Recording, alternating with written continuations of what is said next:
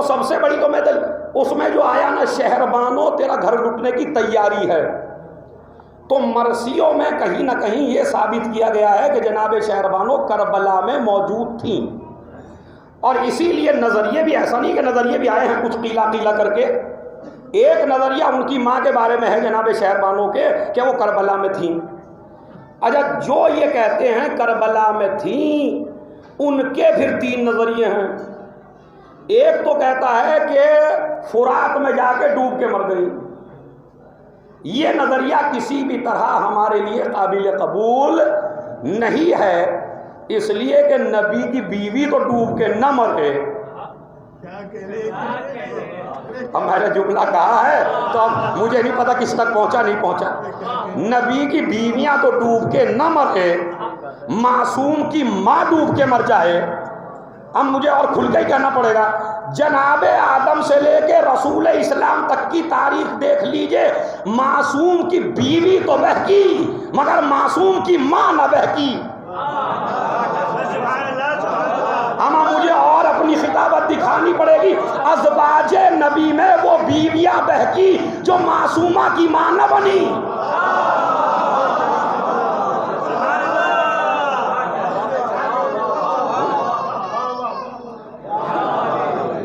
سمجھ رہا ہے؟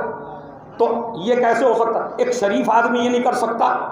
اچھا سنیے، وہب کی ماں ڈوب کے نہ مری، وہب کی زوجہ ڈوب کے نہ مری، صحابہ کی بیویاں ڈوب کے نہ مری جو کربلا میں میدان میں تھے، ہاں؟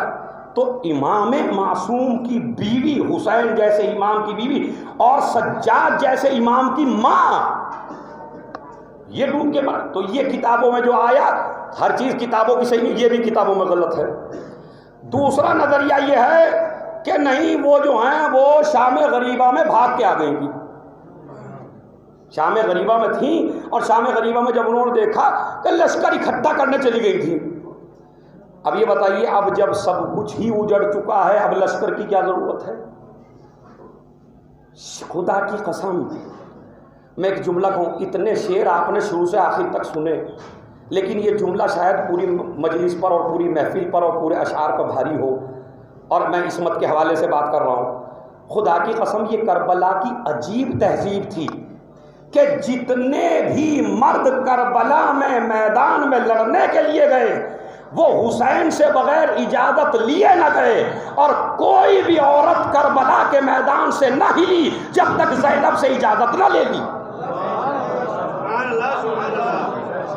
اصحاب کی عورتیں آگے نہیں بڑھ رہی ہیں، وہ ایسے ہی چلی گئی شام غریبہ میں۔ اور پھر یہ اکثر علماء اس میں سے ایران میں گئے۔ ایک جگہ پہاڑ پہ، میں نہیں گیا ہوں ایران، اس محفل کی برکت سے اللہ سے دعا کریں کہ میں بھی ایران پہنچوں۔ ایسا لگ رہا جیسے انہیں پیسے دینے مجھے، سب صلوات بھیجے محبت والے۔ دیکھیں قافلے والے بھی بیٹھے، ان کی بھی منہ سے آمین نہیں نکل رہی۔ اور پیسے نہیں لے رہا ہوں، آمین تو کہہ سکتے نا۔ اللہ جتنے بھی ہم حاضرین ہیں سب کو زیارت نصیب فرمائے۔ ہاں دیکھیں صحیح ہے۔ تو اب میں تو خود بخود آ گیا اس میں، تو لہٰذا میں نہیں گیا، مگر میں نے سنا ہے، کیونکہ جب میں ریسرچ کر رہا تھا اس پہ تھوڑا سا، تو میں نے کبھی کہتے ایک پہاڑ ہے وہاں پہ، کہتے ہیں گھوڑے پہ بیٹھ کے وہ آئی تھیں اور وہیں پہ ان کی قبر ہے، اس طرح کا ہے آغازہ جناب شہربانوں کے لیے ہے، وہ بھی غلط ہے۔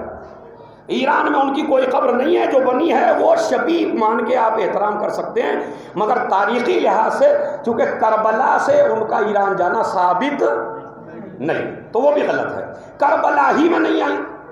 ابھی تو تیسرا نظریہ یہ ہے کہ نہیں، چلی گئی تھی مدینے، اور ایک شخص تھا اس سے شادی کر لی تھی، اور اس کے ایک بیٹا ہوا تھا جس کا نام تھا زبید، نہیں زبید سے شادی کر لی تھی اور لڑکا ہوا اس کے عبداللہ، یہ بھی غلط ہے۔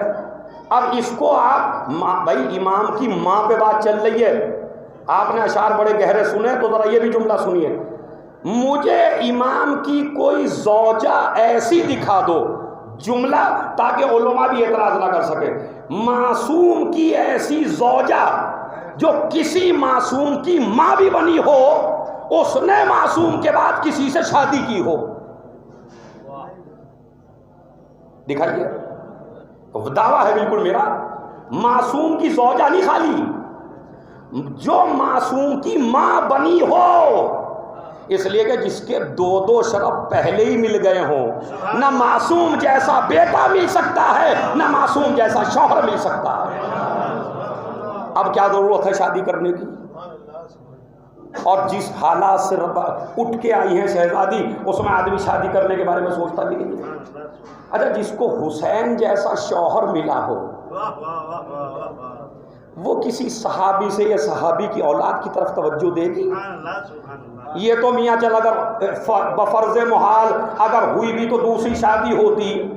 بس ایک جملہ ہے تاریخ کا, علماء مزہ لے سکتے ہیں اس میں, عوام کا مجھے پتہ نہیں ہے, علماء لے سکتے ہیں. جس نے پہلی شادی میں خلفاء کو منہ نہ لگایا, وہ کسی صحابی سے کرے گی؟ صحیح نظریہ ان کے بارے میں ہے کہ جب ان کی شادی ہوئی, اور یہ بھی میری اپنی ایک ہے, ہو سکتا ہے علماء اس سے, یہ نہ خلیفہ اول کے زمانے میں آئی, نہ خلیفہ دوم کے زمانے میں آئی, نہ خلیفہ سوم کے زمانے میں آئی. ایسی روایات ہماری کتابوں میں ہیں. میری اپنی تحقیق جو اب اپنی میں نے کی ہے وہ یہ ہے, اور میری نہیں ہے, وہ علماء نے جو پیش کی ہے وہ یہ ہے کہ خود مولا علی کے زمانے میں آئی ہیں, کسی اور کے خلیفہ کے زمانے میں نہیں آئی. 38 ہجری میں امام علیہ السلام پیدا ہوئے, 2 سال رہے دادا کے ساتھ, 12 سال رہے چچا کے ساتھ, 23 سال رہے اپنے باپ کے ساتھ, یعنی کربلا میں 23 سال کی عمر تھی. آخری جملہ, محفل تمام ہو رہی ہے, 11 بج چکے ہیں, آخری جملہ, دعا رہ گئی آدھے منٹ کی کل. جملہ سن لیجئے, ان کے بیٹے ہوئے 15, اولاد امام سجاد کے ہوئی 15. کربلا جیسے واقعے میں, خدا کی قسم ایک ایک آدمی سے توجہ جو بیٹھا ہے, کربلا جیسے واقعے میں کہ جہاں یزید نے ہر طرح کوشش کر لی کہ امام حسین کی نسل کا نام و نشان مٹا دیا جائے, وہیں سے دیکھیے جناب زینب 2 اماموں کو بچا کے لائی, اور خالی بچا کے نہیں لائی, آج بھی اگر دیکھیے تقوی بھی انہی کی نسل میں, رضوی بھی انہی کی نسل میں, کاظمی بھی انہی کی نسل میں, زیدی بھی انہی کی نسل میں, عابدی بھی انہی کی نسل میں, حسینی بھی انہی کی نسل میں, 12ویں تک چلے جائیے, سارے کے سارے سجاد کی نسل میں ہیں. کمال تو دیکھیے, جن کو مٹنا چاہیے تھا ان کی نسل آج تک ہے. یزید کے 15 بیٹے تھے, حسین کے 1 بیٹا تھا, 15 بیٹوں سے نسل نہ چلی, 1 بیٹے سے اتنی چلی کہ بنی امیہ کا کوئی نہیں ہے حسین کا بیٹا.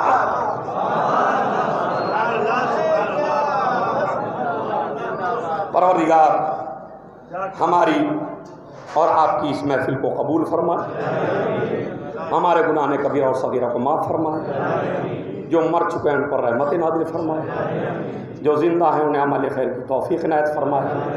پروردگار اس ذکر کو قبول فرما.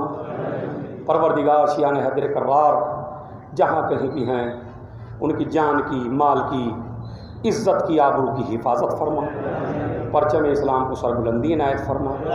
جو مقروض ہیں ان کے قرضوں کو غیب سے ادا فرما. جو بیمار ہیں بحق امام زین العابدین ان کو شفائے کاملہ و عاجلہ عنایت. پروردگار اب زیادہ امتحان نہ لے.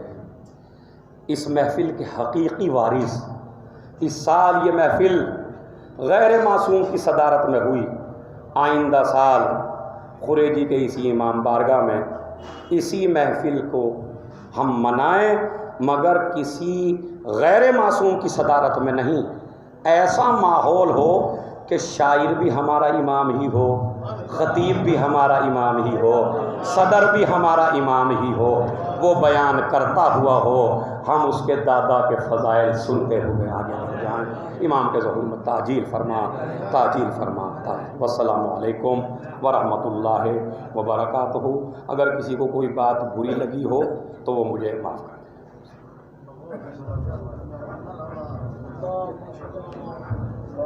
دیں.